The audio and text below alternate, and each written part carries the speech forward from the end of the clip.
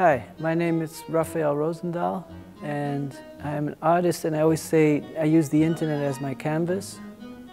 And that doesn't mean the internet is the only place, but it's the starting point, and it's the raw material. It's where the raw creativity happens. And then I develop a lot of projects that later have a life outside of the screen, but it all begins in a very intimate way by myself and publishing by myself and talking to the audience directly. And that's been the way I work since about 1999.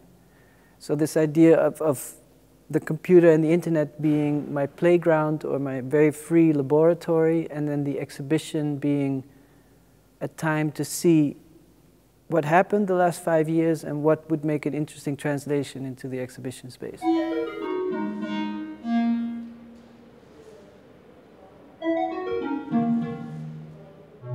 This installation came out of, I visited the museum, and with the curator, Thomas, we walked around all the spaces in the museum and talked about what does it mean to show an NFT in a museum or a website or an instruction, the connections with the dematerialization of art in the 60s.